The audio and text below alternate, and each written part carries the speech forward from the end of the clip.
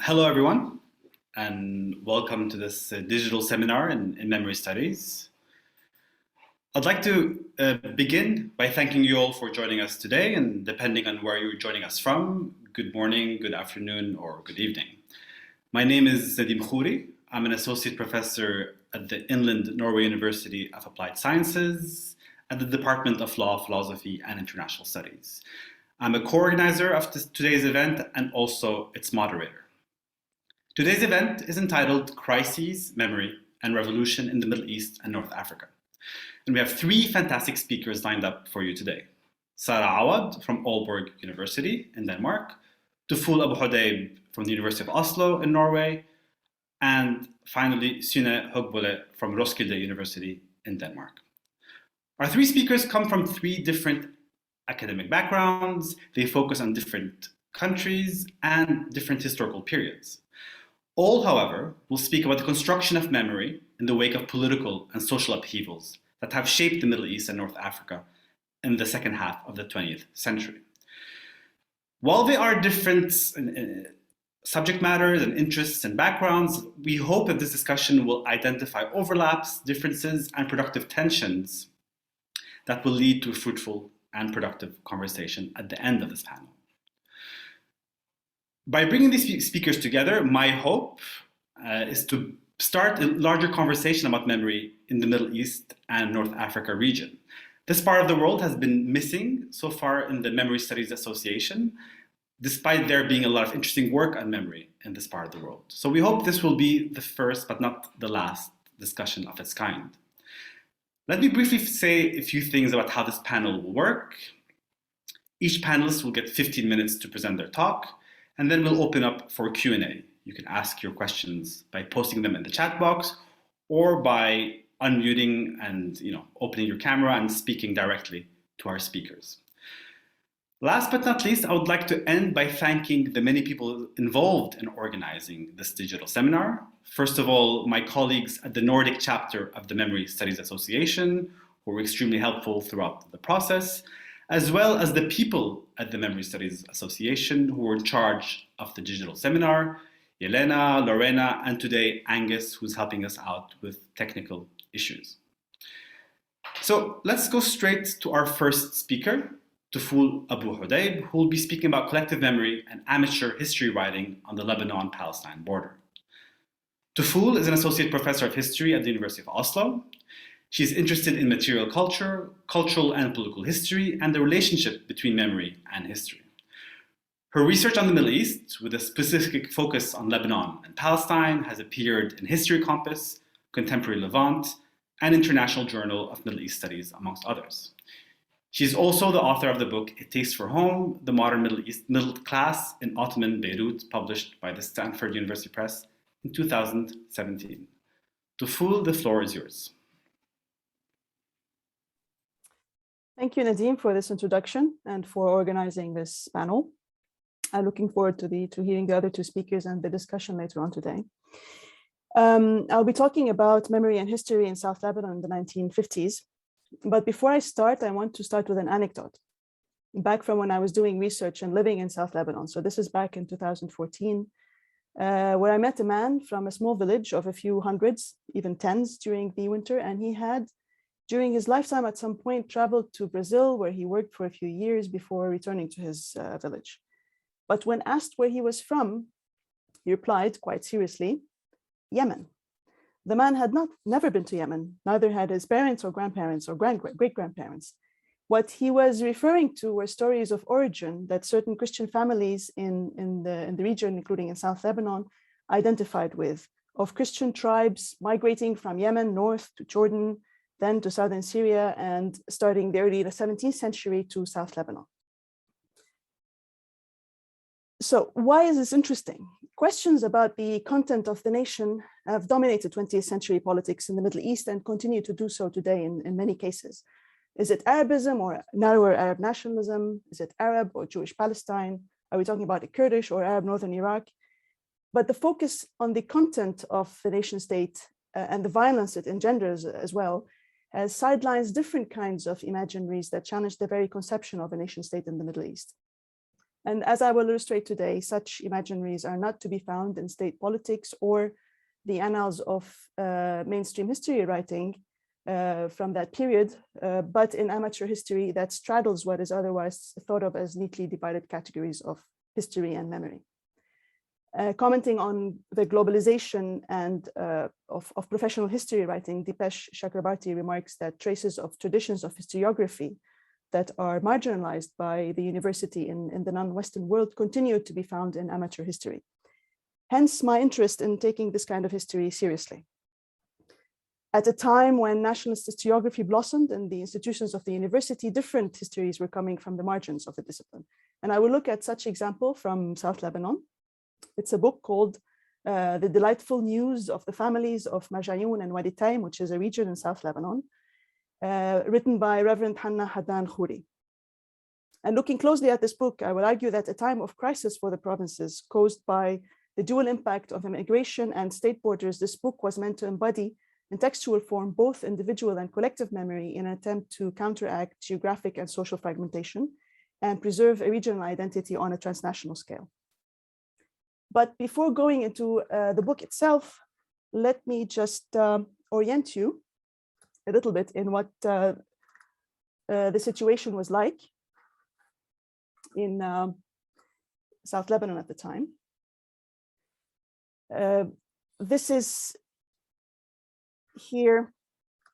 This is a map just to give you an idea of the region I'll be talking about, and this is the circle approximately in the red circle, bordered both by Israel and Syria. I will refer to this region as Marjayun. It was inhabited by Druses and Christians and Muslims of different denominations, as it continues to be today. And in that region, there was a considerable opposition to the creation of a separate Lebanon under the French after World War I, not only among Muslims, but also among many Christians, Melkite Catholic, Greek Orthodox, and Protestant Christians, different denominations of Christians in the region. And this conflicted relationship persisted with the central authorities even after Lebanon gained independence in 1943. And there were several reasons for this, not least economic. That area had become sort of a regional center with stronger connections to North Palestine in the interwar period than to Beirut. But with the gradual solidification of borders between what South Lebanon and what was at the time North Palestine, culminating with the creation of Israel in 1948, South Lebanon was cut off from its southern neighbor, both economically and socially. The economic difficulties South Lebanon experienced were somehow ameliorated by migrant remittances, but migration constituted another crisis in the social fabric, that of social fragmentation. There are no accurate figures on how many had migrated from Marjayun, but from that region, but by independence in 1943, there were well-established migrant communities settled primarily in the United States and Brazil, but also in Canada, Argentina, and Mexico. And the extent of immigration becomes palpable in reports on the pages of the local press. Almost every town or village was affected by immigration. And the situation was often described as an affliction or a disease, robbing these villages of their young. And it was within this context of economic stagnation and social fragmentation, with young people leaving these towns and villages first overseas, but also to Beirut, that the book, The Delightful News of the Families of Marjayun and Wadi Taim, was published.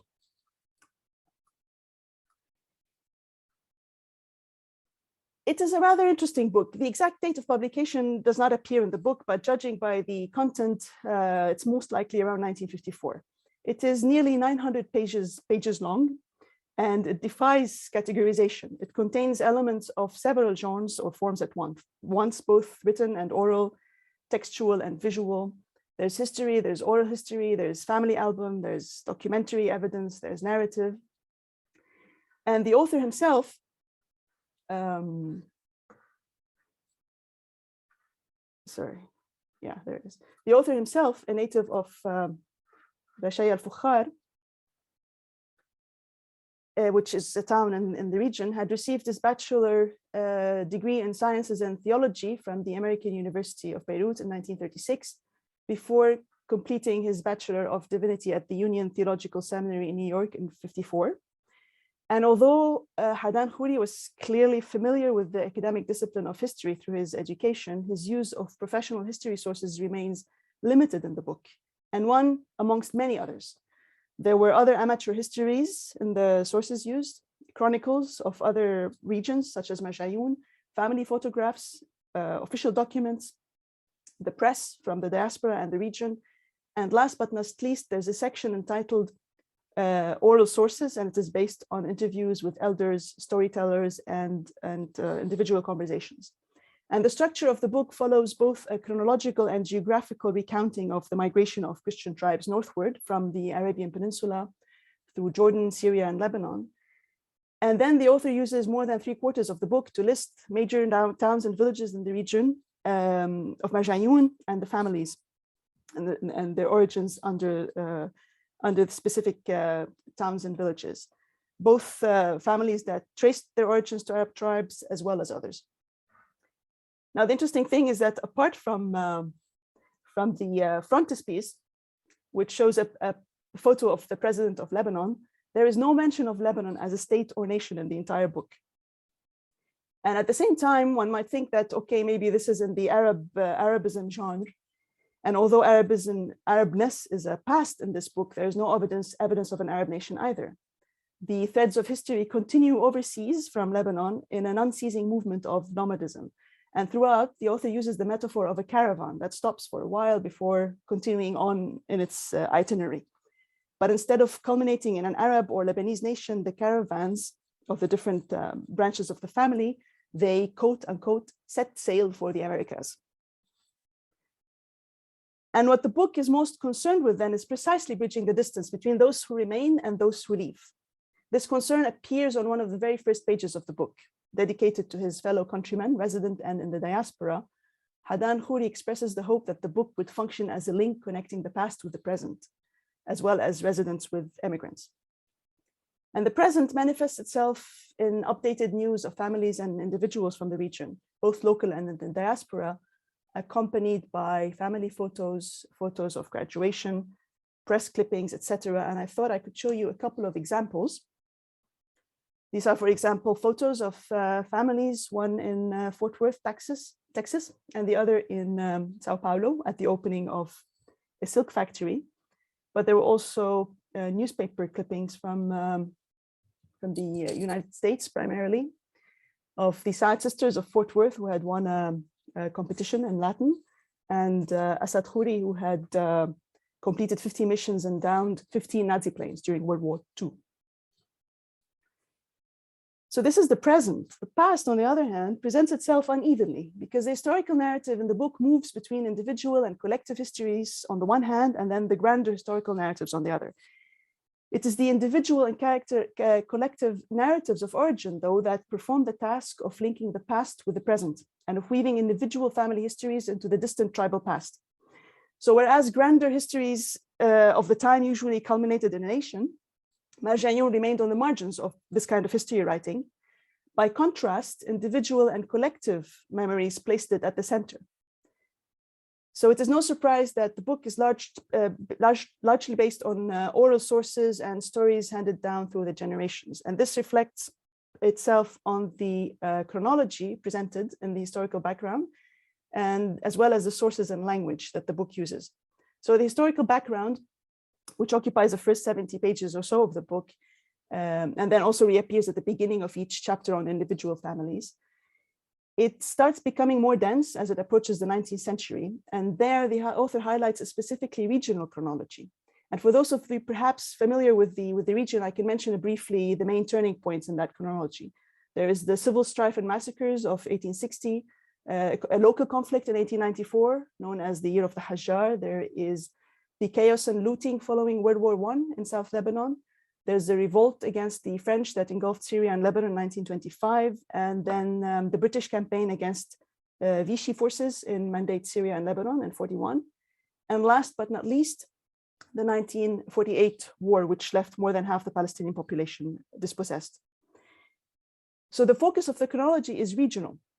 And when it does go international, for example, World War II, it does so because the British campaign against Vichy France in the Levant takes on significance because the front line between the two forces went through the Marjayoun, the region we're talking about in South Lebanon. And finally, anyone familiar with the history of Lebanon in the Middle East might have noticed that there is one date that doesn't exist in that chronology, and this is 1943, the date of Lebanese independence.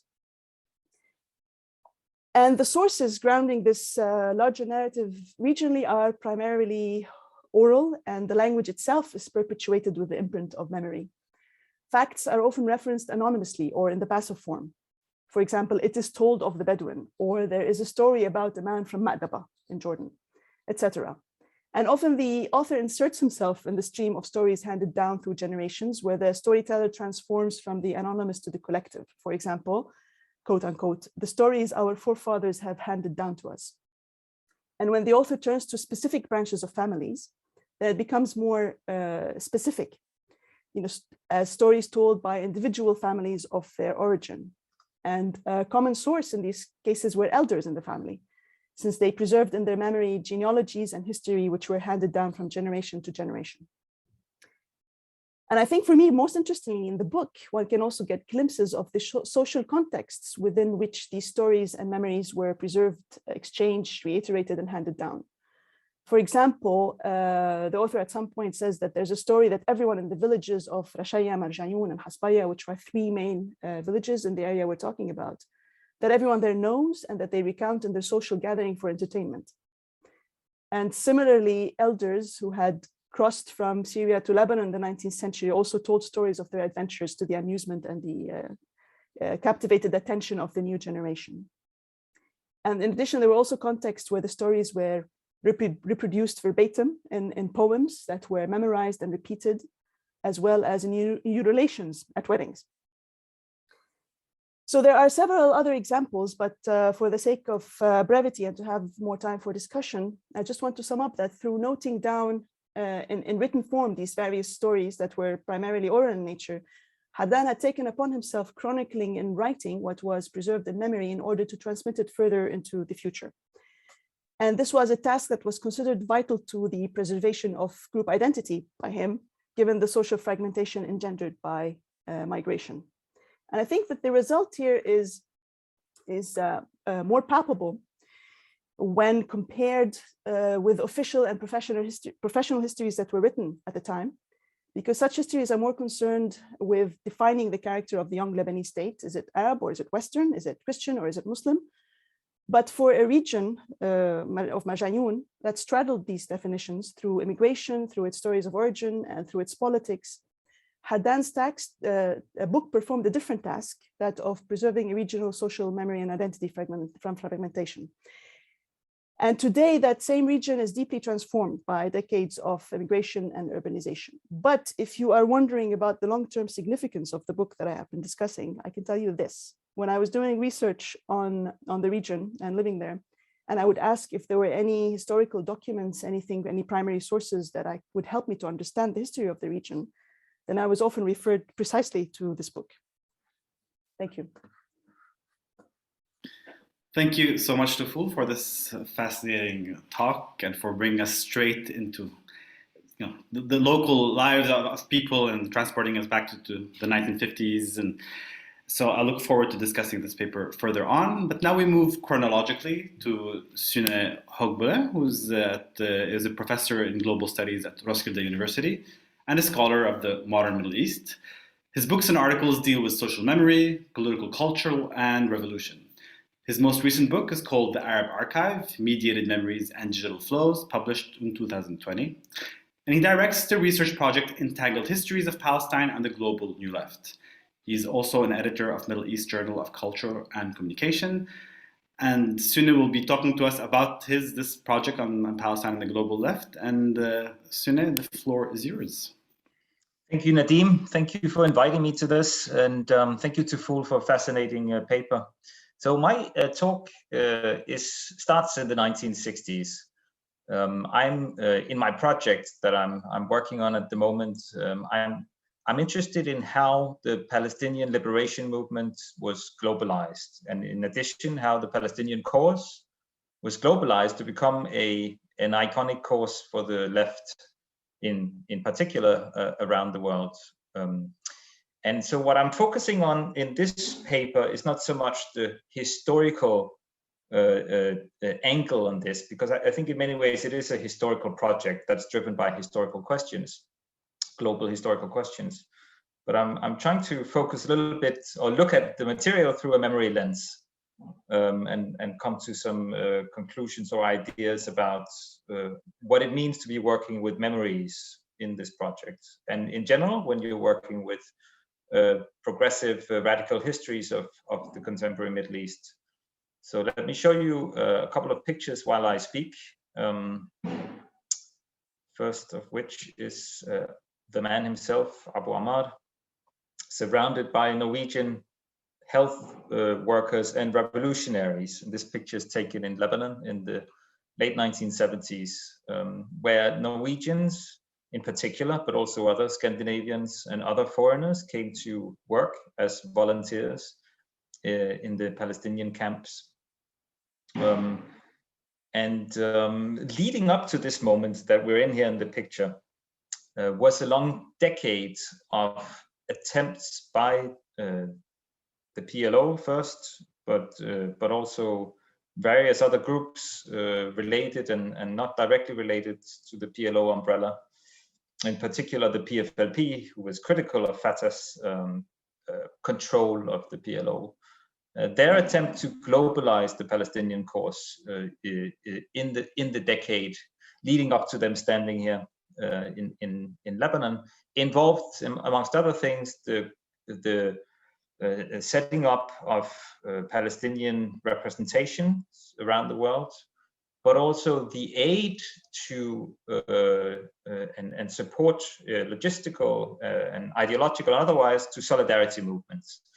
So when I'm looking for answers to this question of the globalization of the Palestinian cause, one of my sources has been solidarity movements. And so me personally, I'm focusing on Scandinavia as a case, so Denmark, Sweden, and Norway. Others in the project are looking at the UK and Cuba.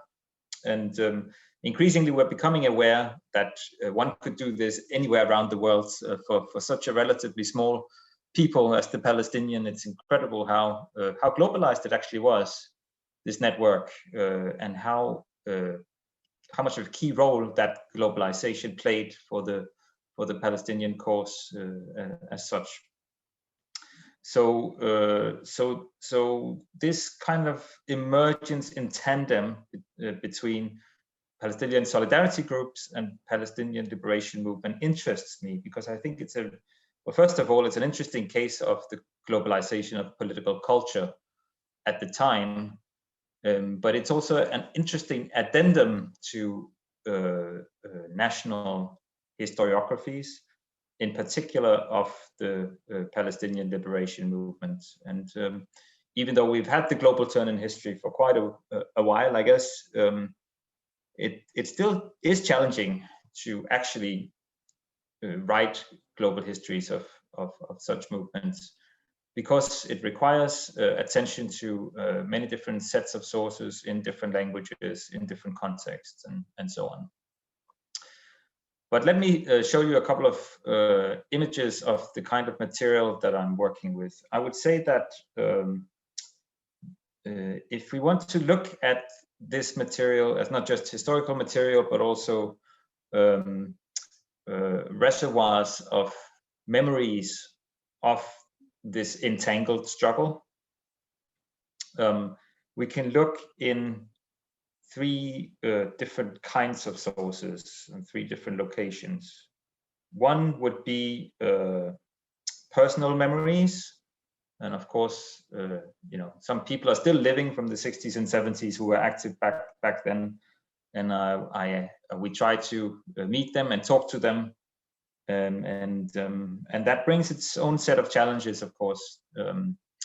In particular, the usual when it comes to oral history, how much of it, of what they tell us, is influenced by the context today, and how much is forgotten, how much is reconstructed in light of today, and so on. What you see on the picture here are leaflets and flyers and magazines of the sort that Palestinian solidarity movements would produce. Those exist today in libraries and archives.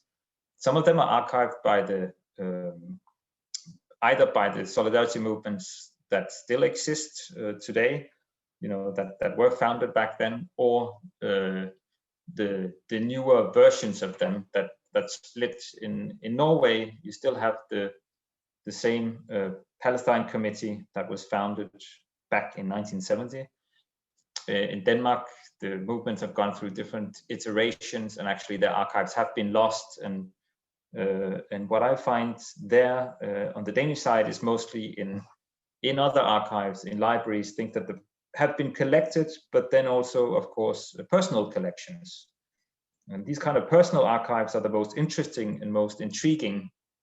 And I'll show a couple of examples of that in a minute, because they can include letters and traces of the actual communication between the two sides, or between Palestinians and solidarity folks. Then the third category, if we have archives and personal memories, then a third category, I think, of reconstructing such times are popular representations or cultural production. This could be films or books or memoirs. And they actually play an important role in especially in the Danish context, because one splinter group of the Danish solidarity movement became quite militant and infamously, I suppose, organized bank robberies and other criminal activities to collect money for the PFLP, during which they managed to kill a policeman in the mid-80s and other acts that made them quite sort of infamous. And I'll return to that important context. Let me show you another page here from the Solidarity journal called Frit Palestina, Free Palestine, published by the Palestine Committee in Norway. It's an image of the three continents of the TriContinental movement, Asia, Africa, and Latin America, grabbing Uncle Sam. So he can't speak, and he can't act, and he can't move. And this image, for me, represents the coordination, both ideologically, but also organizationally, between a wider network of TriContinentalism, in which Palestinian liberation movement activists were already embedded before they came into contact with this kind of new left milieu that the solidarity movements in Norway represent. So the ideological influence floods, if you want, from in different waves, from the early struggles of independence in the immediate post-colonial period, through the militarization up through the early 60s, the attempt to break away also from Soviet control and the control of communist parties, and create a more independent new left. Of course, then some groups sided more with China and saw Maoism as a kind of solution.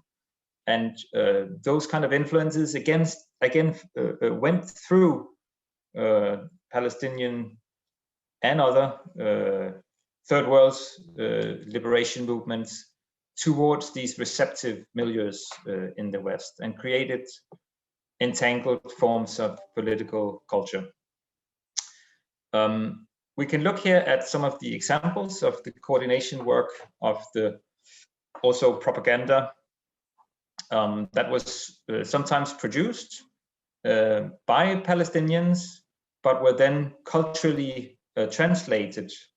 So here to fit the local context. So here on the right, you have a song about the Fedayeen and their struggle, originally in Arabic, but you have the Arabic tune, but then given Norwegian words, so they could be sung during their meetings in the local committees where people would meet in the 70s.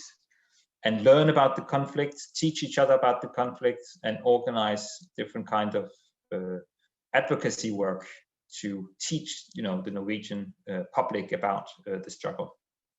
The letter in the middle from the PLO is an interesting example of some of the direct communication between the PLO leadership and the solidarity movements.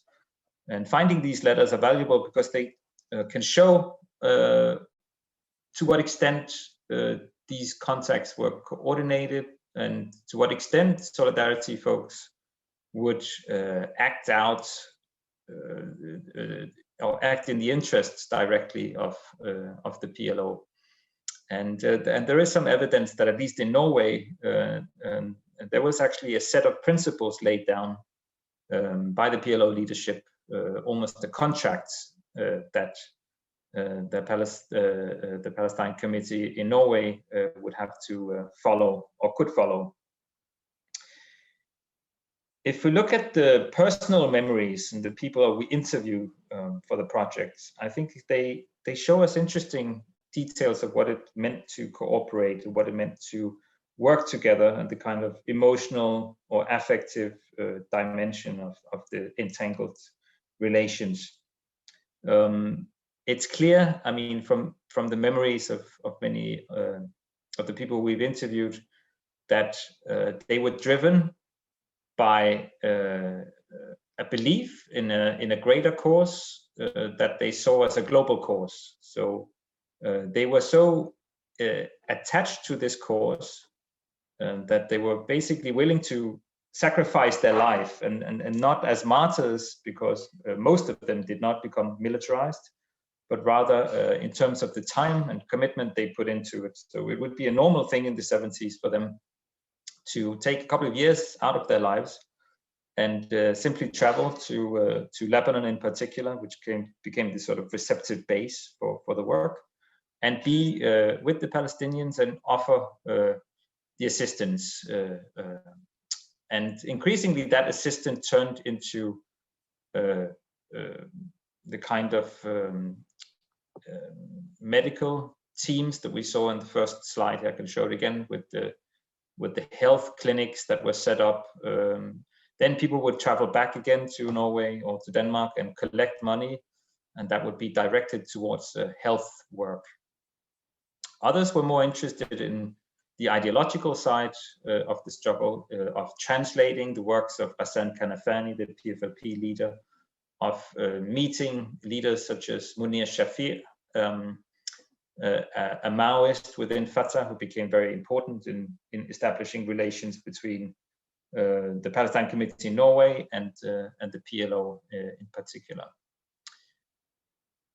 Of course, meeting both sides are really important for truly understanding this kind of entangled relation between people. Luckily, many of the Palestinians who became sorts of ambassadors for the struggle back then are still living in Scandinavia and can be met here, but we try to meet them also in Amman and Beirut and other places where they live today. And they show these memories, they show the extent to which there was a rich circulation of activists and militants that continued throughout the 70s and into the 80s, but then also changed gears somewhat in towards the late 70s and turned towards this kind of more humanitarian focus that I mentioned. We're interested in understanding the ideological learning that went into becoming a solidarity activist, that went into seeking the meeting with Palestinians, seeking them out. And of course, some of that starts with the general Marxist and sort of youth rebellion moment in the late 60s and through the 70s. These are pictures from my own university, Roskilde University, which was actually founded in the early 70s. And this attempt to go against political disciplining included going against the old left, so the more established leftist parties. Embracing the Palestinian cause was seen as provocative because it went against established ideas of what the left, what kind of leftism one ought to represent, one that was top-down, one that read the struggles of the day, in particular the meaning of imperialism through Soviet dictates. So going out on your own and meeting Palestinians on their own, people forged their own struggle and their own sort of generational struggle, which is one of the reasons why Palestine in particular became this iconic cause. I want to mention here towards the end of my talk the militarized aspects of the struggle, because I think that very much sets or has set the scene for the discussion and the historiography and the memory, the public memory of this entanglement. I've been very motivated by actually going beyond the memory of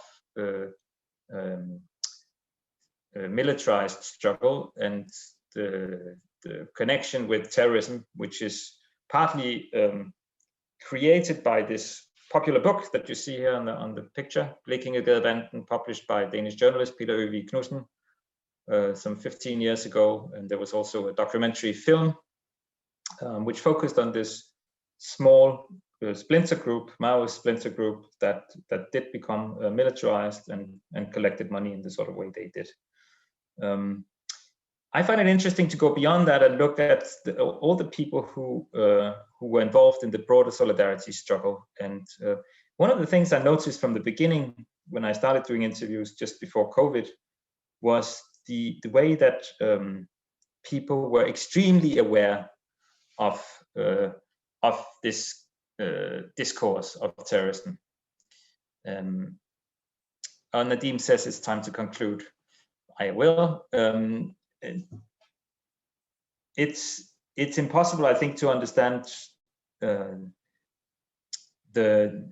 context of this whole entanglement without understanding the tensions involved in this whole Blekinge Gadebanden story, because people have been really just frankly afraid of sharing and letting their own former activism being known. So I think it takes delicate kind of historical work to make this aspect of the past visible again, and perhaps make that part of the public memory of the entanglement. So I think I'm quite interested in maybe discussing my own role as a historian and our own roles as historians in unearthing these histories and what role we can play. Thank you, and apologies for taking a bit too long. Thank you so much, Sune, and sorry for kind of sending you a message telling you it's time to conclude now, but I just want to follow the schedule. But you really have very interesting links here between, on one hand, Toufoul's amateur history and your entangled history, and how both relate to national history and nation building. And I'll be interested to hear how this entangled history of the PLO plays in or is forgotten in the state building project of the Palestinian Authority after the peace process, something we can talk about later on. So our last speaker for today is Sara Awad from Aalborg University. So Sara is an associate professor of social-cultural psychology. She received her PhD in cultural psychology from Aalborg University, and she has an MA in social and cultural psychology from the London School of Economics. Her research interests are in visual culture and the analysis of public images and their influence on identity, collective memory, and politics within society. Her most recent books include Remembering as a Cultural Process with Brady Wagner and Ignacio Bresco de Luna, published by Springer in 2019. And she also has another book called Street Art of Resistance, also with Brady Wagner, published by Paul Grave in 2017. Sara, the floor is yours. And just maybe one last comment before is, as people, you could start preparing your questions. You could start, post them in the chat box once Sara is done. But it's good to start preparing them now so we can have a good conversation later on. Sorry, Sara, the floor is yours. That's perfectly fine. Thank you very much, Nadeem. So I'm presenting today about a different context about Egypt and the more recent history when it comes to the Egyptian revolution. My research has been mostly interested with how the memory of the revolution, so mostly after the 2011, how the memory has been specialized through space in the time of the revolution, and how the space has changed and how the memories have been reinscribed in different ways throughout the past years since 2011.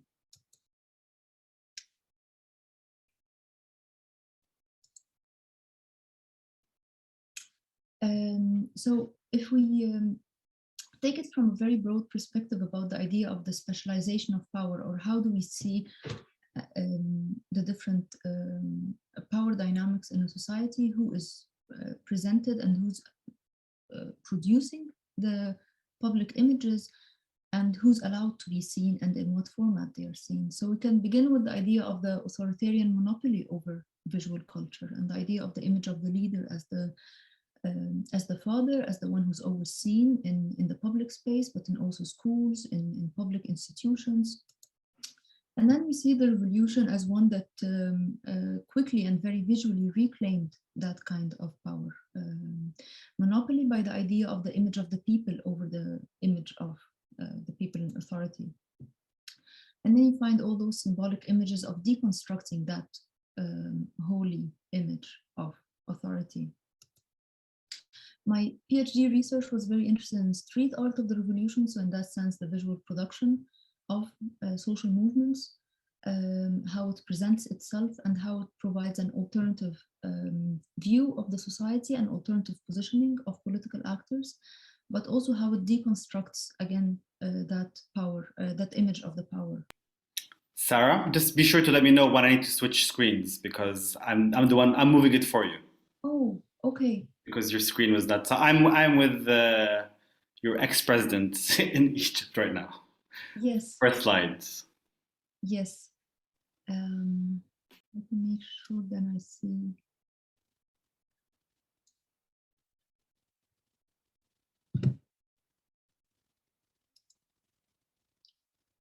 Okay, so move to Tahrir. Just let me what side, and I will. Yes, I will. I was thinking that I was the one transforming, so I was already no worries. Moving on. Yeah, so it was the image of Mubarak, and then we have the image of Tahrir Square. And then we move on to the image after that with the deconstructed, the people putting down the image of Mubarak, right? And then we have the street art, the image after that, and how the street art, as I said, was deconstructing that image. But if we move one more down to Sisi, the current image and the current urban space, and we find a replacement of that visual culture again to the idea of a cleared out space from the traces of the protest and the visual production that was done by the protest, and replacement of that idea of the power through images as such. And then if we move down again, one more, now we have the image of the square, right?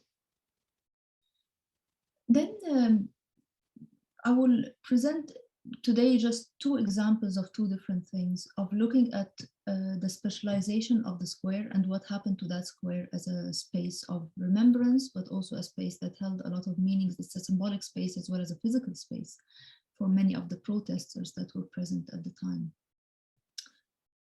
If we move one more down,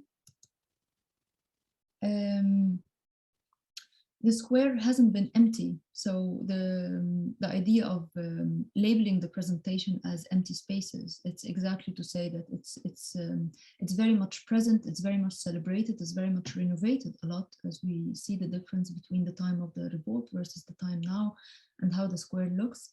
But it's about how in that celebratory look and celebratory use of the square, what is overshadowed and what is no longer there.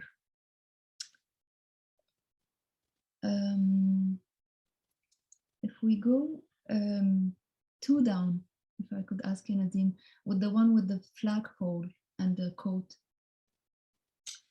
then we have the idea of what was the protest symbol that was left there to commemorate the protests and what happened in Tahrir Square in 2011. And this has been a contestation where there was an attempt in 2013 to put a memorial, and then the protesters themselves destructed it, saying who can commemorate who. So it's not the same government who attacked are the ones that are allowed to commemorate, for example, protesters who died in the square. But then it was settled in around 2015 to that idea of the flagpole. And at that time, I was looking at how do people relate to the changes in that space and what different meanings they put on it. And to one person, you might think that the flag is also the most neutral thing that could be done in the middle of the square, and the one that could relate to many, rather than be seen as one power proclaiming over the other one. But for example, this is one quote of one of the people who were very much associated with the square as the place of the protesters of 2011. And they would comment that the lengthy, unreachable pole reminded them of the government's slogan, Egypt is above all. So that idea that the flag represented that kind of idea of an entity of Egypt now that excluded the protesters and excluded what was happening to the revolution movement. If we go one slide further, there was a further replacement then with the flag, and it was replaced by this ancient obelisk.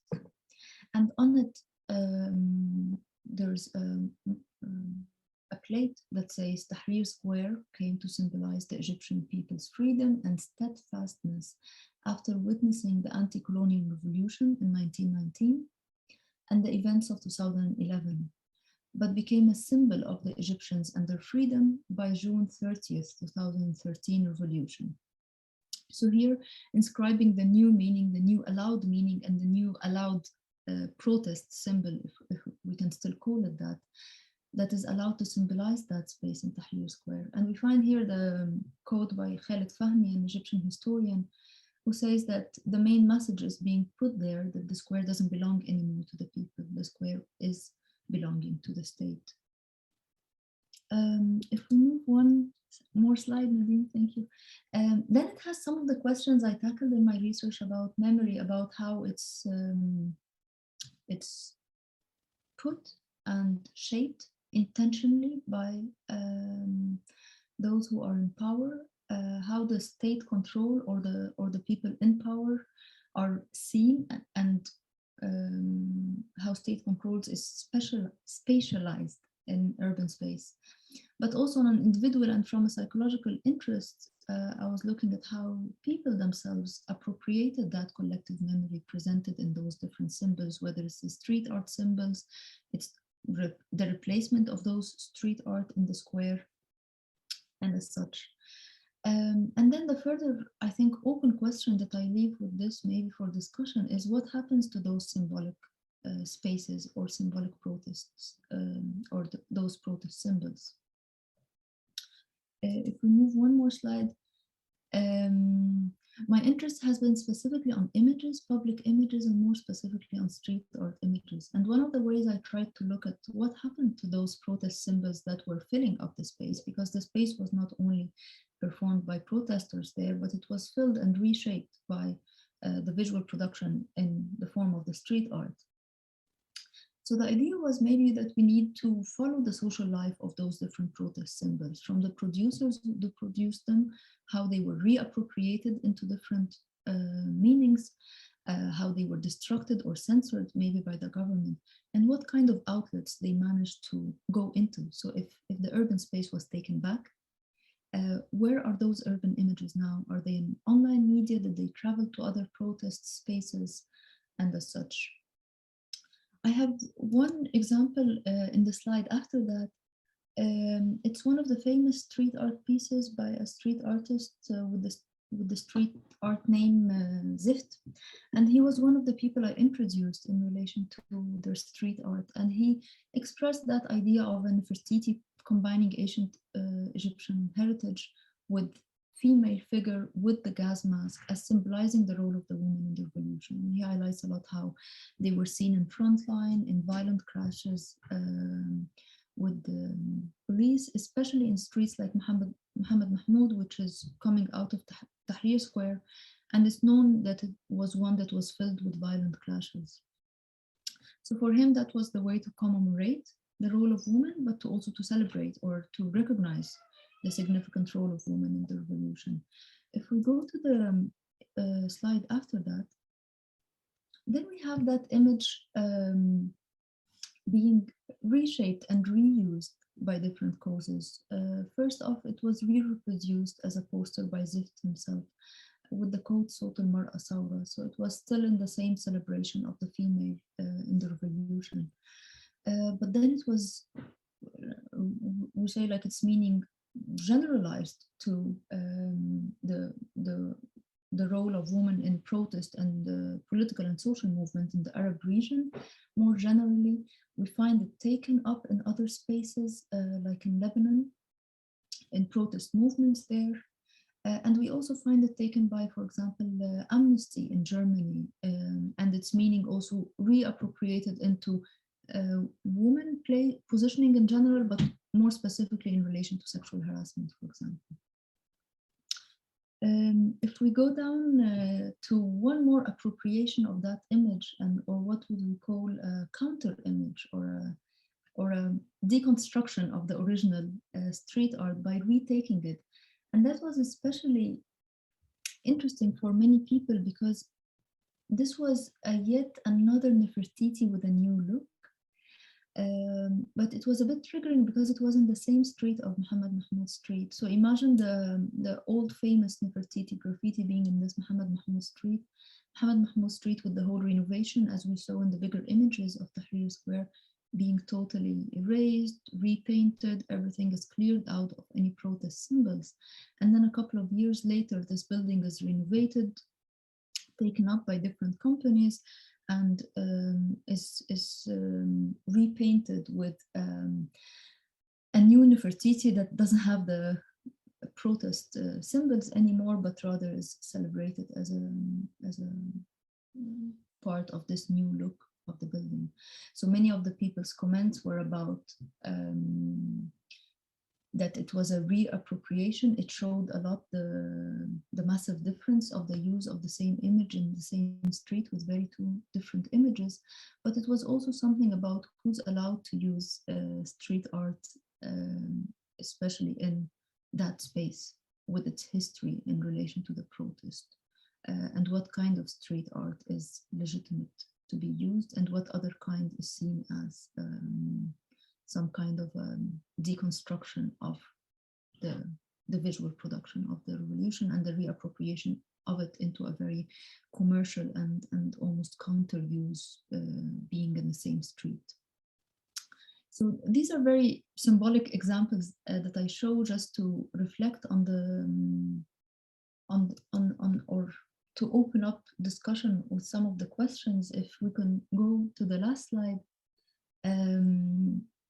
I'm interested in what happens to those protest symbols and how can we follow their social life and how much their social life tell us something about the power dynamics in different public spaces. So it's of interest how the original Zift protest Nefertiti is still surviving, but it's surviving in efforts of documenting the protest, for example, in different books, in different online resources. It's surviving in online media. And it's taken away from a public space that's not allowing that kind of memory with that positioning to be placed there anymore. But there's also that idea of not the physical space of the square, but the symbolic space of the square. And different authors who have discussed that idea of the square itself and what it holds becomes a traveling symbol in online communities who are keeping that memory and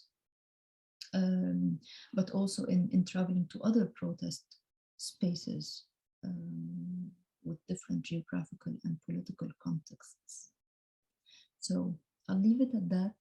And I'm very sorry about the whole confusion. I was myself finding it hard to follow, not knowing what screen shows what. Thank you, Sarah, and there's no need to apologize for something you have absolutely no control over. I hope I managed to follow Thanks a lot. your talk. Yeah, so thank you all for this, and this is was a wonderful presentation. Thank you, Sarah. So now the floor is open for questions. So Sarah, if you, I could maybe stop sharing the screen, and then we can open it up. Yeah, there you go. So people are welcome to post pictures, comments, or questions in the chat, and also this. And if they want to ask a question live, they're welcome to do that as well. Just let me know. And also our speakers are most welcome also to ask questions for each other. So I don't know if Sarah, Sune, or Toufoul, maybe you want to start, get the ball rolling. If any of you wants to do that. I could jump in if you want, Nadeem. Thank you. Yeah, thanks for both of the papers. Wonderful and interesting stuff. Toufoul, I'm very curious about this this whole story, and partly because I've also been looking at Maronite historiography and these histories of dissent and deep history, and I think there's a whole political context around it, obviously, which would be interesting to hear your thoughts on the Yemen story in particular, because it strikes me that that story is somewhat opposed to the story of Phoenician origins in Maronite political sort of ideology, and therefore I also found it curious that the book was dedicated to Camille Chamoun, who seems to be more aligned with that side of Maronite politics, that, as opposed to the idea of Arab Yemeni origins, which to some Maronite historians and ideologists has sort of jarred with the idea of Phoenicianism. So I don't know how much that came up in your conversations with people, or your own thoughts of it.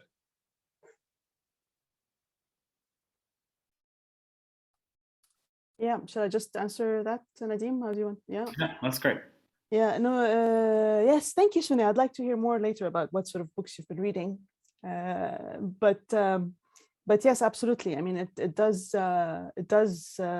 is clearly at odds with the Phoenician origin, and it's also, I think, clearly at odds with this whole history wars that took place in Lebanon in the interwar period, and trying to define what the official history of Lebanon is.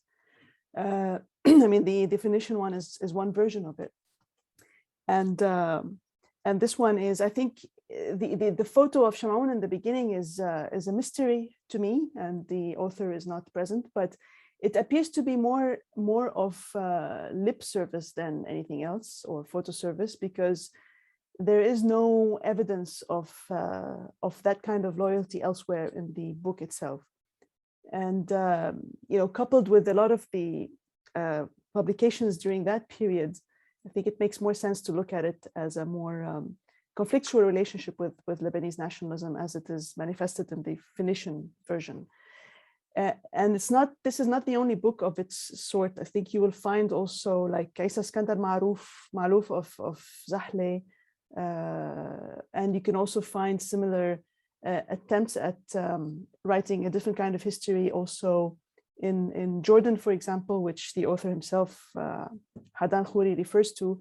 So it's part of a different kind of discussion, which does not fit into this division of either a Christian Lebanon or an Arab Lebanon, because it clearly goes across these two categories.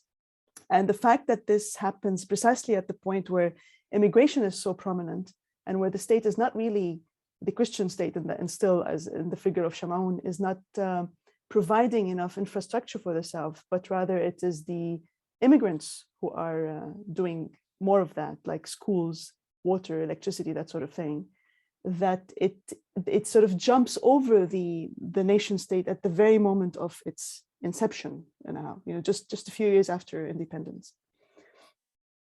Yeah, I don't know if this answers your question, but I think it's worth picking up this conversation. Thank you. I mean, just very briefly, some of the books I've been reading are memoirs of political figures like Henri Ede and others. So there's this whole kind of, yeah, I mean, it's not quite like the book you were talking about, probably, but there is this tradition of writing in my own story kind of books, right? And some of them not really published very much either, even sort of even very local presses as well. But I guess that's the sort of book that you're dealing with. This, you know, some of the others have published it by big publishing houses, and it makes a slight difference in the genre. But they're really valuable sources, especially of social history, is what I found. So thank you. Thank you both. There's a question from Jenny from the audience to Sarah. So Jenny, you should be able to unmute if you want to ask your question directly. And sorry, yeah, it was just a comment. I was reacting to your final image and comment, but did I observe that correctly, that it's not an actual square where people can mingle? Is it only a traffic island? Is that correct, or did I see it wrong? It's a mix, because it is a square with cars going around, but for example, the area in the middle was an empty area, which made people put camps, tents there in the time of protest, for example. While now it's very clearly having the structure and the border around it that makes it not a place where people could sit. But also other things like the Egyptian Museum and the main building with the governments, all those things are getting transferred as well. So you're right in the sense that it's making it more and more a place that people can only pass through it rather than hang out in it or have things to do in it. And I think that's part of the strategic replacement of the meaning of the space. It's not a space you can sit, but a space that you can only, as Bayat would talk about, the idea that you're only allowed to use the space passively in the passing rather than actively be present in it. Very interesting. Okay, thank you very much. Thanks. That adds lots of layers. Yes. Thank you. Thank you, Jenny. And Jenny, it's good to when you ask questions, just tell us where you're from, or you're just to get becomes more personable and we know the audience as well. So, Greece and Ireland. I'm in between, so I can't. I'm a little bit schizophrenic, I suppose, like most of the presenters. Yes, and that's thank you. Very nice. Thank you, Jenny. So I have a question from Teresa Pape. So Teresa, do you want to join by audio? Hi, everyone. Hi. Hey. Thanks for this beautiful panel. Thanks also, Nadeam, for arranging it. Thank you. I learned a lot. I could ask two questions, also one to Toufoul and one to Sarah, more as kind of curiosity I have about this topic. The first is to Toufoul. Your presentation reminded me also of the kind of work that Dana Sajdi wrote about, for example, the Barber of Damascus, with this kind of chronicles that were written by regular middle-class literate citizens in Syria, mid-18th century, which seemed to be also a common phenomena at that time. And I find it interesting also the reflection that she makes about the function that the genre itself has. You know, what can the chronicle, why choosing this specific genre? What does the chronicle do to the author? And their take was that basically this is a form of writing that in a way asserts the self, but also does not place the self at the center as an autobiography would do, but rather, you know, it asserts a voice in providing a version, right, of what history is. And I'm wondering, you know, if you see any parallel there with kind of chronicle that you have presented. But I found your presentation very, very interesting. It's also impressive the way I mean the author combines visual with writing and so on. And the other question is to Sarah, also about your presentation, and I found also very, very interesting, especially this theme of the pharaoh, right? How it is also used and manipulated across time. So if you think of, you know, the role that it played in 1930s Egyptian literature, for example, with authors like Taha Hussein, Mohammed Hussein Haikal, or Naguib Mahfouz in his early prose, how this revival of the pharaoh was meant to promote these nationalistic feelings. And then how you show, the examples of the graffiti and how it is actually manipulated now by the current government, starting with actually the transferal of the Egyptian Museum from Tahrir, and all these parades of with this pharaonic theme, which has kind of fascist vibe to it, right? So do you think there is something specific about this theme? How do you reflect about actually these images traveling, this specific theme traveling and being manipulated by several governments and several cultural actors? Thank you. Thank you, Teresa. And can you just remind us where you're zooming from? Sure, I'm zooming from Oslo. I am associate professor in Arabic studies at the University of Oslo. So nice to meet you all. Hi. Thank you, Teresa. Okay, so Toufoul and then Sarah. Yes, I'm actually sitting down the hall from Teresa on the other side of the building. Thank you for your question, Teresa. I think it's very, very interesting and quite relevant, because I mentioned genre just in passing, but you can definitely see in it an element of the chronicle as well as other things. I think the chronicle in that the author himself is praised there in the book itself, but through the family history, and you can see that his own family has pride of place, if you want, in the book, both through documentation and access. And actually, the entire project started as a family history, as he says, but then expanded into this more collective history of the region over a period of 15 years. But there's also other elements to it. I mean, this is clearly quite some time after Dana Sajdi's book, and in a sense is affected by the technologies available at the time, and that influences what kind of documentation enters into the form. But you also have another kind of genre, which is the family genealogies and family trees that were aslu nasab, like who is whose father and who has come, sort of tracing that kind of genealogy, as well as just the history writing. So, and it shifts between these three genres in not always seamlessly, sometimes really just abruptly, from talking about the Mamluks and the general big history and the Crusaders, and then suddenly talking about a specific family. But there is definitely an element of the chronicle, although I wouldn't call it that, but it definitely feeds on that genre, as well as the other two I mentioned, the genealogies and just general history books.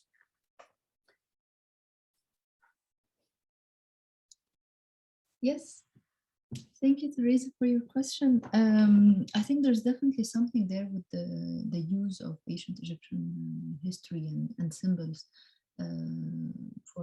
from a very basic idea of a national identity and the national authentic identity, but also who gets to represent that and who gets to metaphorically take the shape of that, right? So when Nefertiti's face is used to be the current Egyptian woman protester, then it's the woman taking up the role of taking, representing that history, right? And representing an authentic Egyptian character in the setting of being social and a political social actor who's making change in the society. But then I find it interesting, exactly with what you said, that with the recent events, there's a lot of attention now to ancient Egyptian history and things in relation to the museums and the move of the mummies and all that. And there's that idea of the almost drawing parallels between the magnificent kings of ancient Egyptian society and the current president, Sisi, being the one who's representing that and symbolizing that in the present time. So I think it's a very typical appropriation and reappropriation of that national identity for different uses, of course, obviously.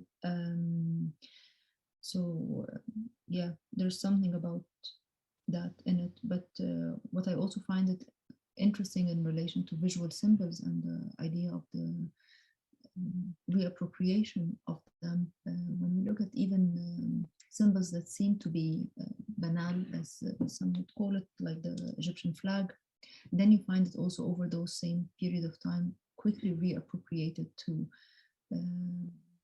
meanings that it's enough to show the Egyptian flag or wave the Egyptian flag in 2011, and it would automatically mean that you are part of the protest movement, for example, while doing the same act 2 years later, it would mean that you are in support of the army, for example. So it says also something interesting about how symbols can represent different things in different time, and who has the means and the space to be presenting them with a specific meaning in support of a specific social group. Thank you, Sarah. So we have a question from Astrid. Astrid? Yeah, thank you so much. I really enjoyed this. I'm Skyping to you from, or Zooming, I guess, from further up in Norway, from Trondheim. So I'm working on the dialogue between individual and collective memory, and I thought that was something that popped up in different ways in all of your work. So I was wondering if you could say something more, those of you who feel like it, I guess, about how the people that you're studying speak back to official narratives. So do they somehow place themselves within a wider memorial culture? Do they counter or corroborate the existing narratives about the past? Do they draw on their personal memories as they are trying to correct or indeed corroborate these shared memories of the past? I don't know if those questions made sense to you, but those were some of the questions that your presentations raised in me. Thank you very much for it. Thank you, Astrid. So anyone of our speakers, if they want to speak to this issue?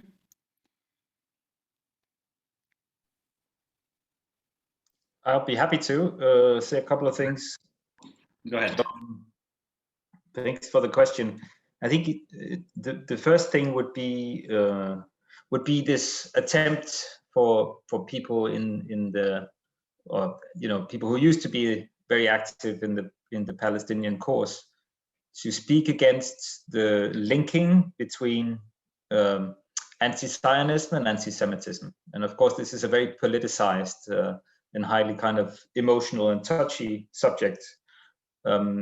So by speaking to me as a researcher, as someone who becomes, I suppose, the memory maker, the transmitter of memories, they're hoping to redress this linking and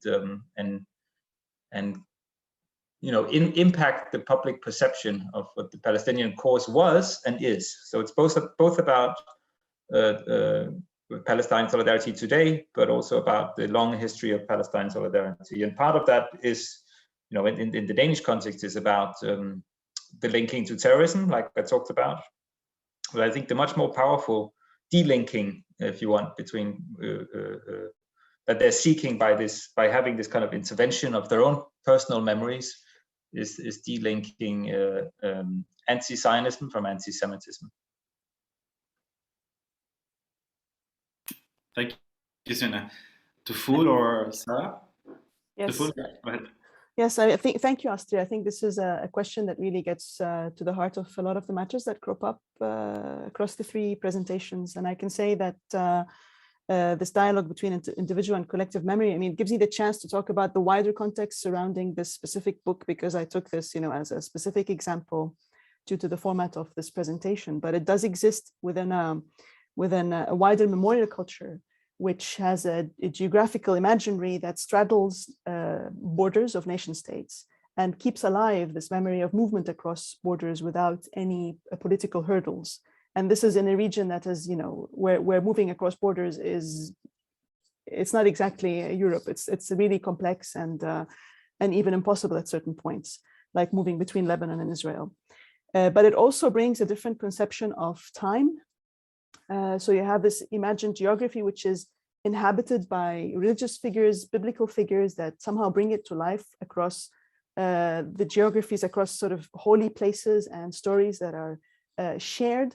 across the different religions, which is another point, in the sense that although the sort of the official religious identities are in political conflict, and even if you want ideological conflict in terms of creed as well. But when you come to these stories or collective stories that are told, then you find that there is much more in common than when you look at the more sort of official versions of these religions. Yeah. Sarah, do you want to add something? Yes, thank you, Astrid. And yeah, I do agree, definitely. That's one of the aspects that connects this together. It's very interesting, the idea of the dynamic between individual and collective memory. What I found helpful in using those different symbols as interview facilitators, like visual facilitators, and then people would recall how they saw it, but also recall some of the events that were visualized, for example, in a poster done by the army about the army as the savior, for example, of a specific time, or a poster or graffiti piece about a specific incident of an attack on protesters. And what I found interesting was the whole Bartlett take on memory as a reconstructive act, that you do it from a specific position and identity state. And it was good to see when the interviewee would position themselves as part of the protest movement, as part of the pro-army supporters, or as apolitical and not interested in that whole mess. And how it was the same, the images triggered the same event, they all knew the event, and we were talking here about recent history of things that happened 2 or 3 years before the interview time.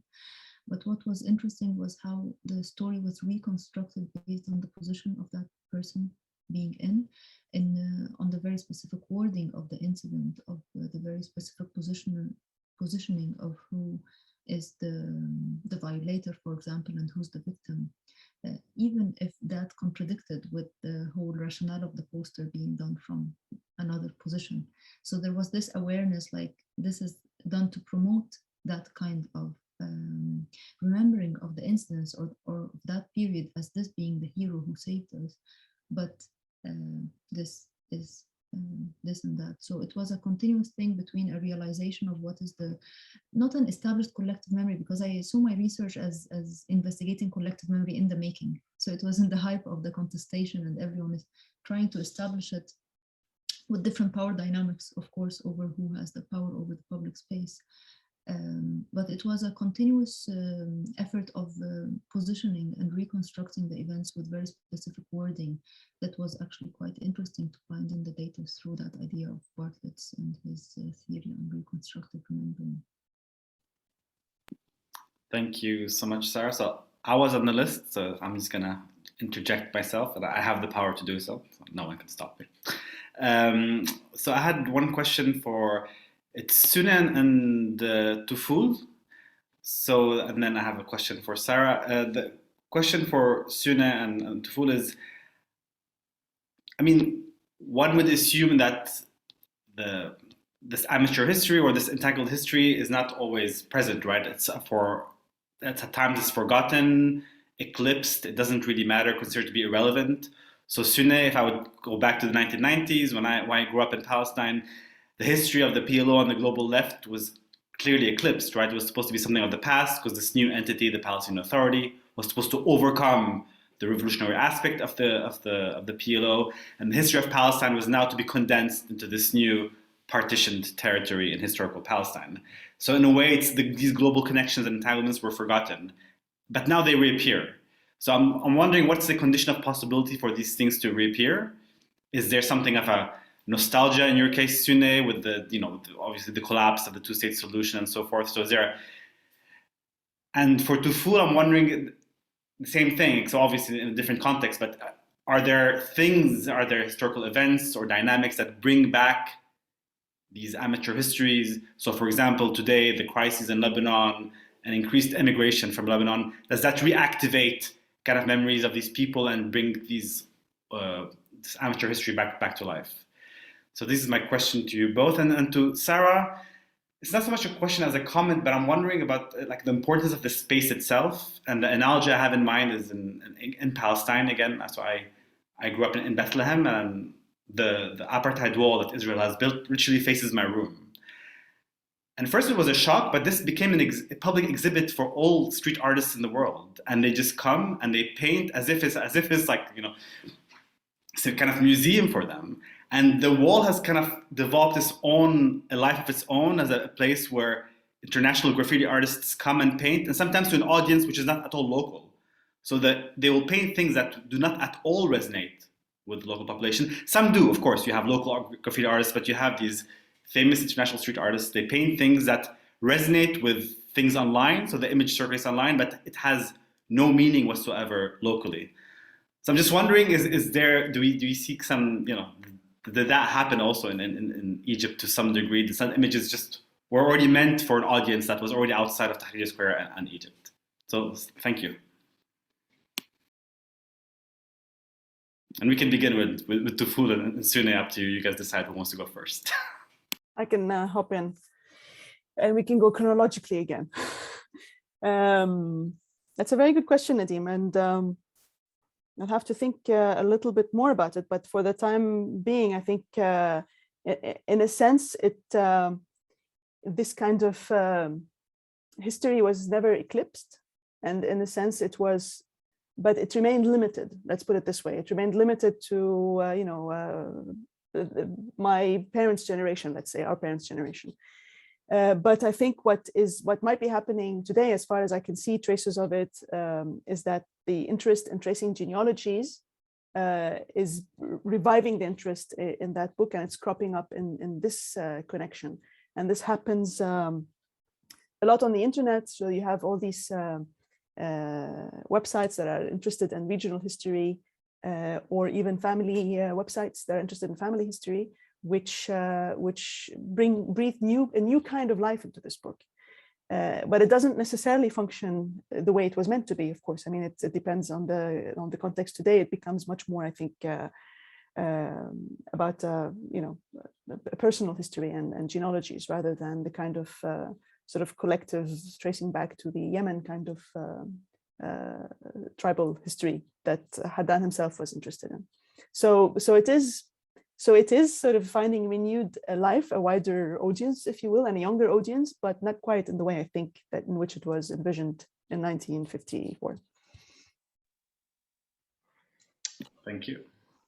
Sune? Thank you, Nadeem. That was a great question, and it would have probably been the perfect peg for my own presentation if I was to angle it more towards memory, because for sure you're right.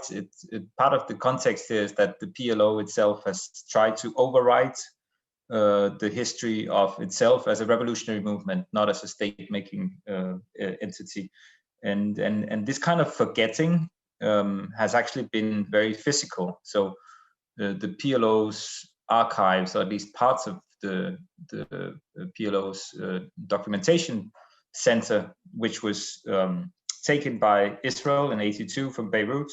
So the self-documentation of the PLO up until the point where it started to move more into the path of state-making was taken, as I said, but then given back. And when it was given back, Arafat decided to move it into the Algerian desert in an army base, and stopped caring about it, and stopped certainly didn't curate it or anything like that.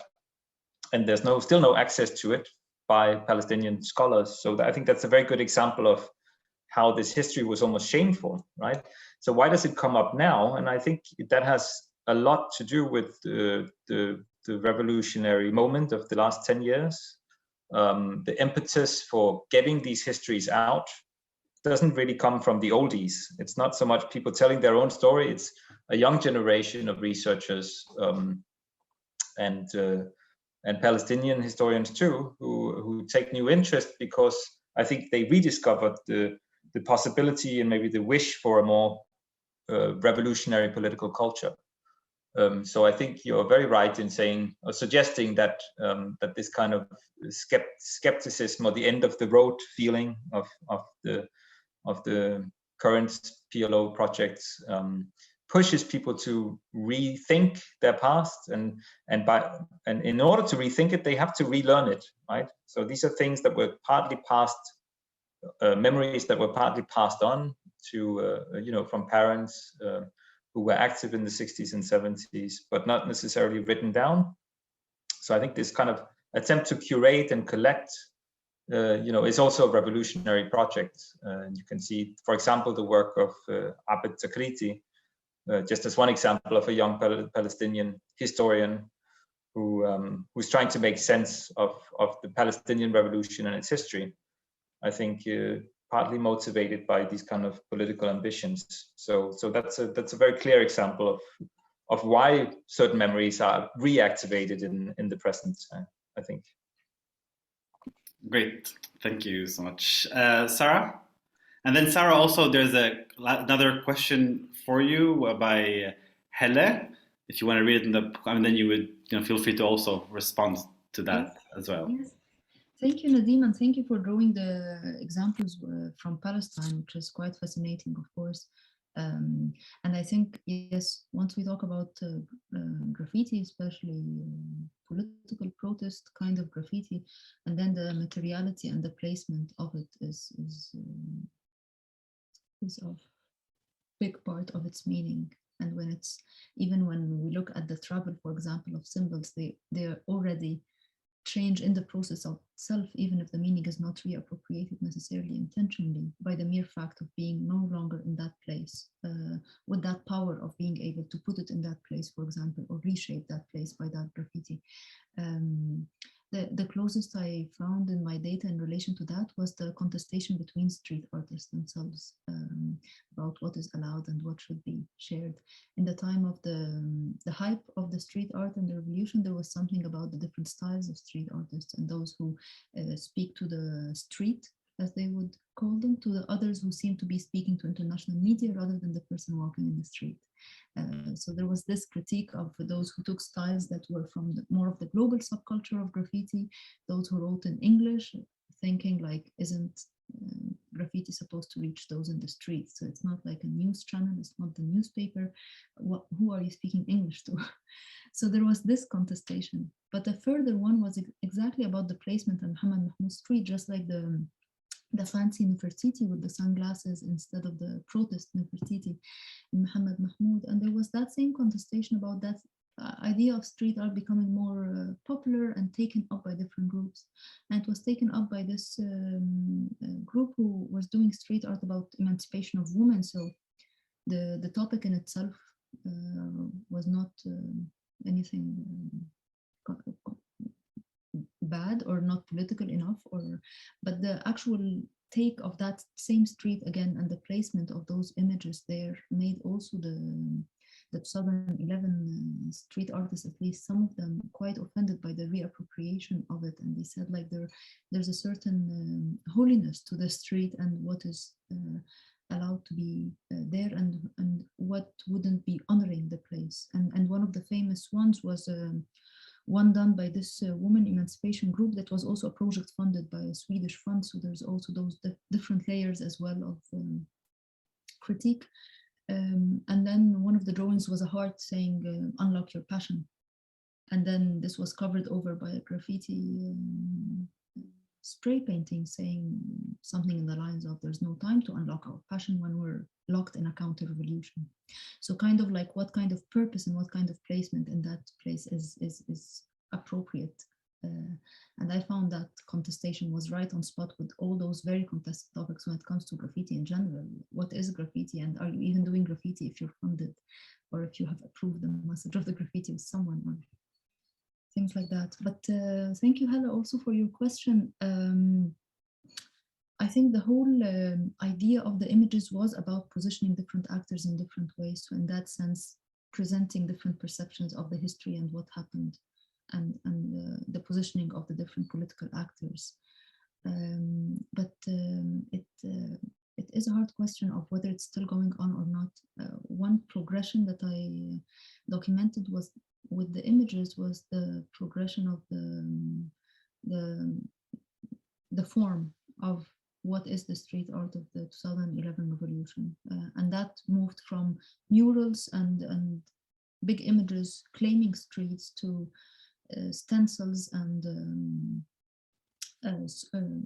different graffiti marks done on the going, as the place was more and more reclaimed again by security, and then it was more and more threatening to proclaim space with art like that. So one progression we can see is simply the form of the art moving from big proclamation of space to graffiti marks, again, like before. But also another kind of progression was that many of the street arts do not do anything now in the urban space. They think that the risk is much more than the benefit that they might face.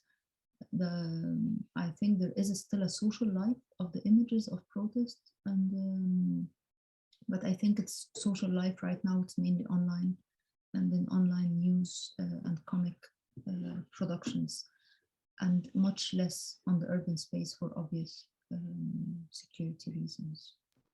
And Sarah, you are contributing to that by also talking about it online.